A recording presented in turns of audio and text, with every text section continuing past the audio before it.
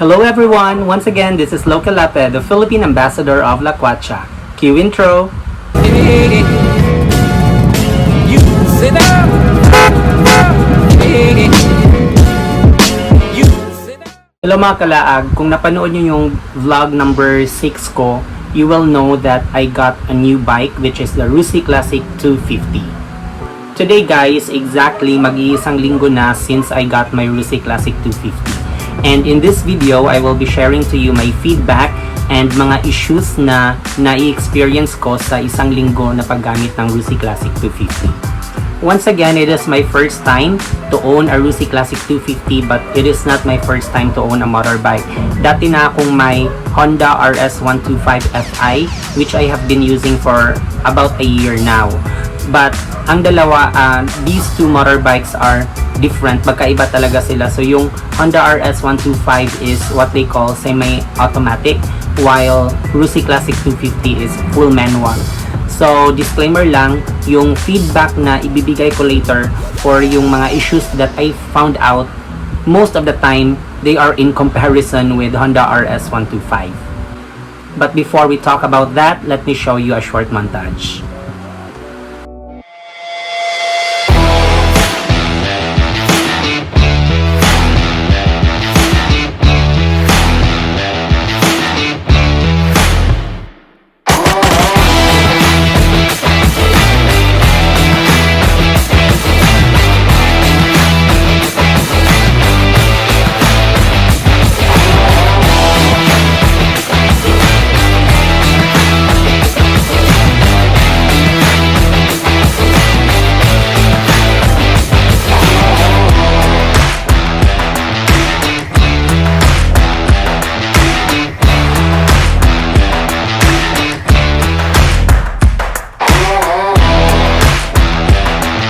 Hello mga kalaag, since this is my vlog number 8, may na-identify din akong 8 issues or 8 items na feedback ko about Rusi Classic 250 after 1 week of using.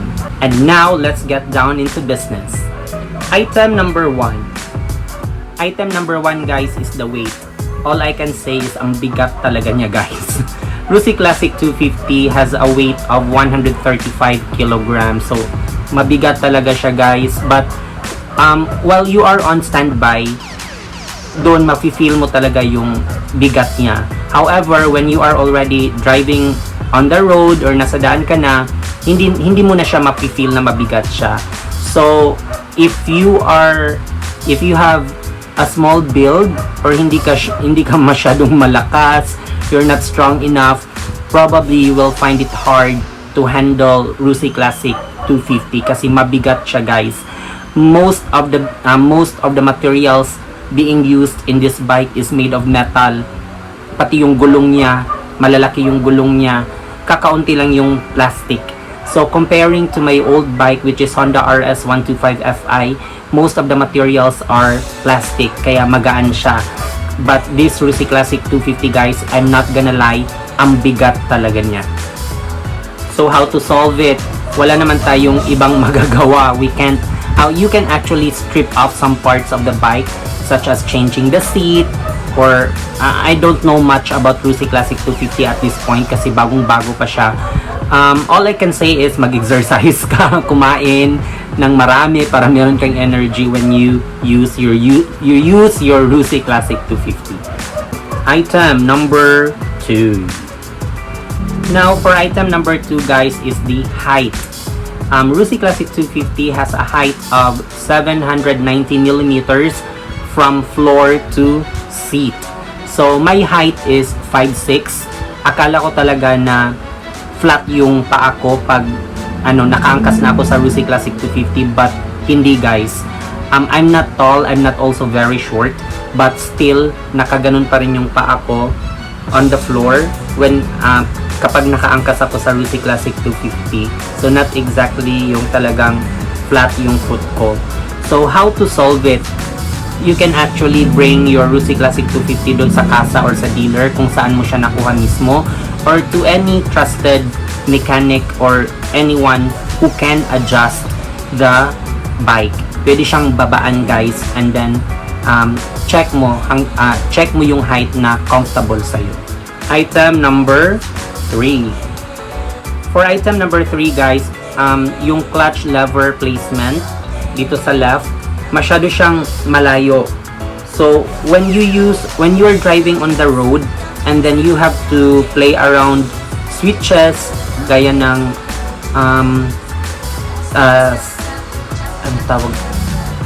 gaya ng signal light, when you have to turn right or turn left, and then high beam, low beam, even yung busina niya guys, talagang mapapaganon ka talaga kasi ang layo niya from handling your clutch lever and then pressing the horn button. So I consulted a friend who is also an owner of a Rusi Classic 250 and he said pwede siyang i-adjust but I don't know how to do it. So I'll be meeting him one of these days para ipa-adjust yung clutch lever placement ko. Number 4. Now for item number 4 guys, it's tawagin na natin siyang dirt. Kasi napansin ko guys, ang bilis niyang marumihan. Ang bilis niyang maputikan, alikabok. I don't really know what's the cause of it. Maybe because yung size ng gulong or yung fenders ng front at back. I'm not sure at this point kung ano talaga yung main reason niya, but napapansin ko ang bilis niyang marumihan. Or maybe because dumaan ako sa maruruming daan, but it's unusual because it's the same road that I have been using with my Honda RS125, but yung Rusi Classic 250, ang bilis niyang maputikan. Napapansin ko yun. Maybe it could be because of the paint job or the kind of material being used, so madaling kapitan ng putik at alikabok. So solution dyan, keep your bike clean.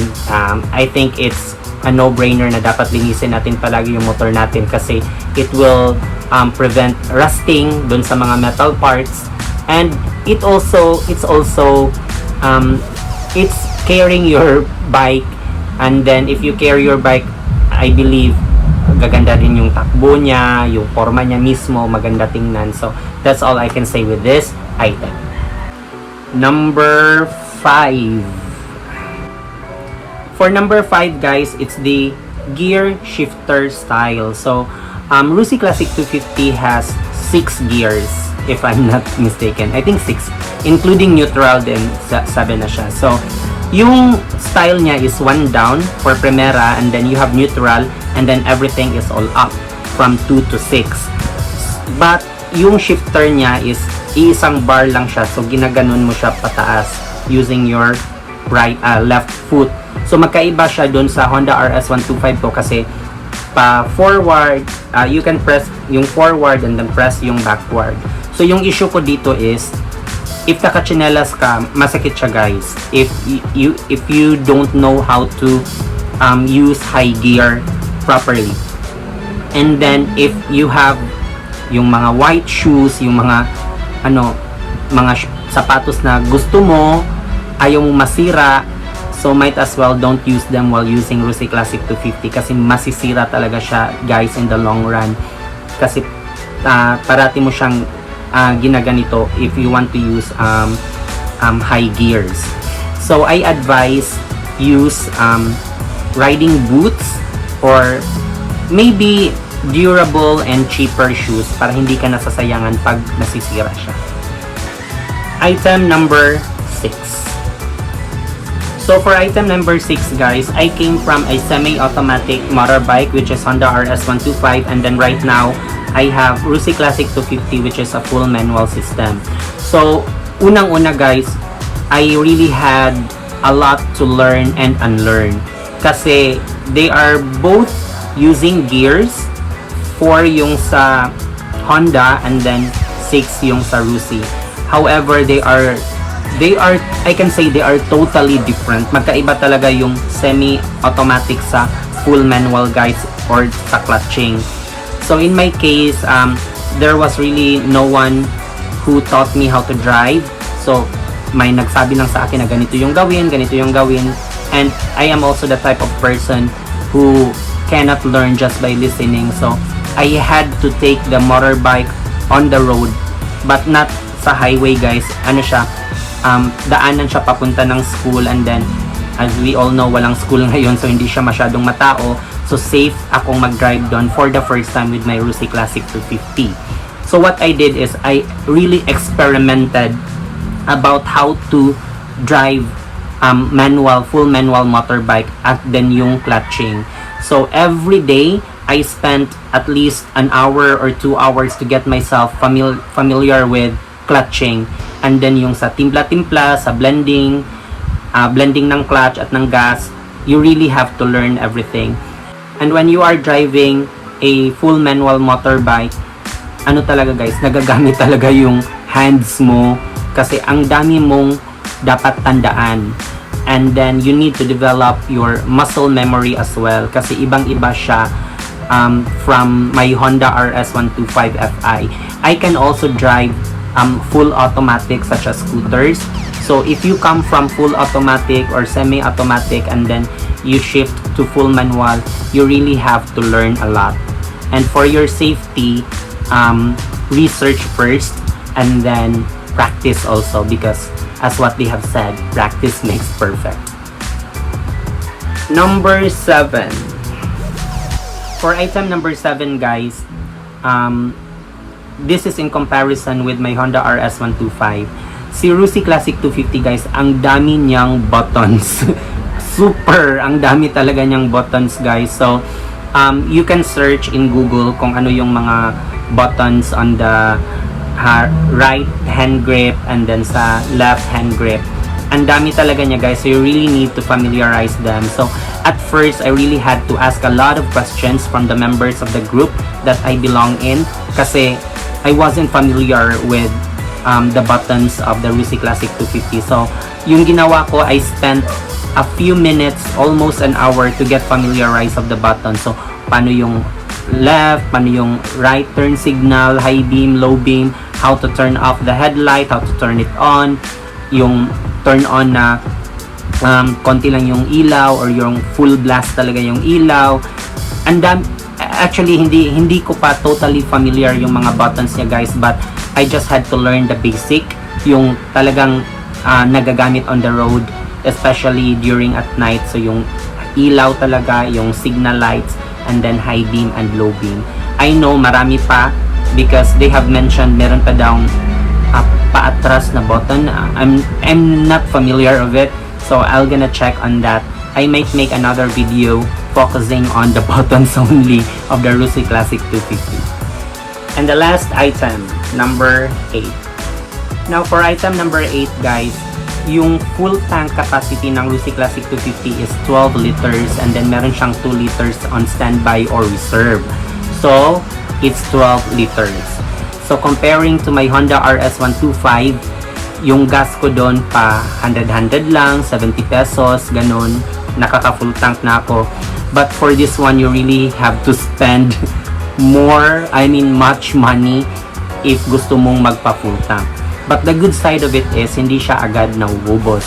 So when you go for long rides, which I haven't tried yet, but I believe hindi ganun ka-frequent yung pagpapagas mo. So you won't have to worry if walang malapit na gas station because you have enough gas for long rides comparing to smaller bikes in which you have to gas up most of the time. So I had already tried driving my Honda RS 125 Fi around north of Cebu. So if I could remember right, nagpagas ako ng mga maybe 4 times.